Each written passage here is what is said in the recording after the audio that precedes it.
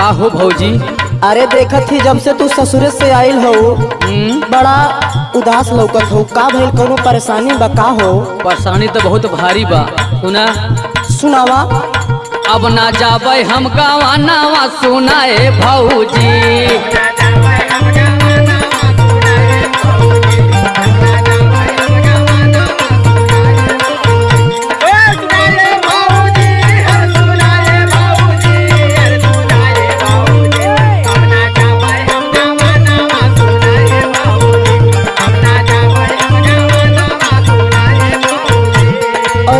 अरे दादा कौनो बहुत भारी विपत आ गई है का हो? अरे विपत 5 गुण बा। सुना सुनावा। पहला गुण हो मोर सैया में बड़का हवे शराबी। हो माई।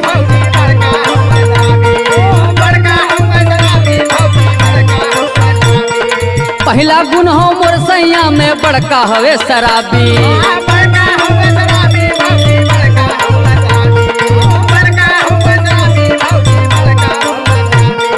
जेबा में एक पैसा नहीं बतिया करे न बाबी फेचकुर फेंक रातो दीनावा सुनाए भौजी। रे माई।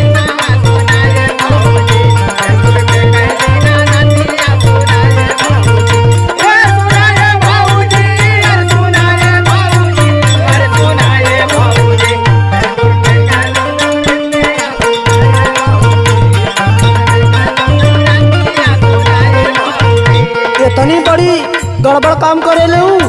सुना और आगे सुनावा। दूसरे गुण में गाजा पिए छतिया हमारी फाटे।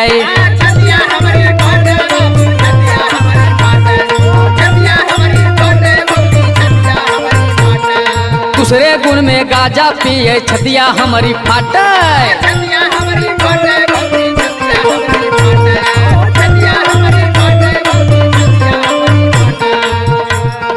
घर का कमवा ये कौन करे, घर घर चिलम चाटे बैठल खोखाई राता दीनावा सुनाए भौजी।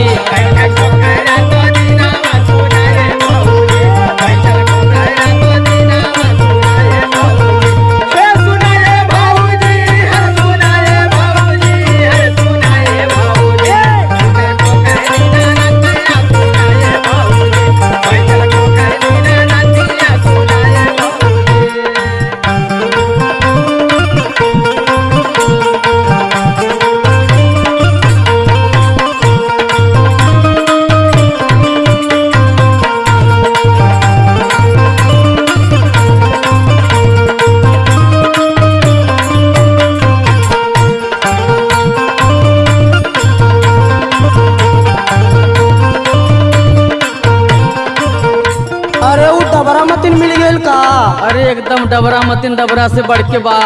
आगे के बात बतावा। तीसरा गुण हो मोर सैया में बड़का हवे जुआरी।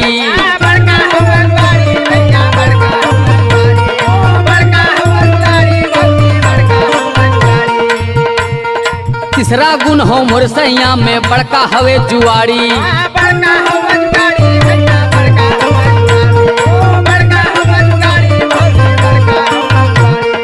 घर दुआर खेती बाड़ी बेचे, लोटा थारी बेचे, मेहरी का गहना सुनाए भौजी।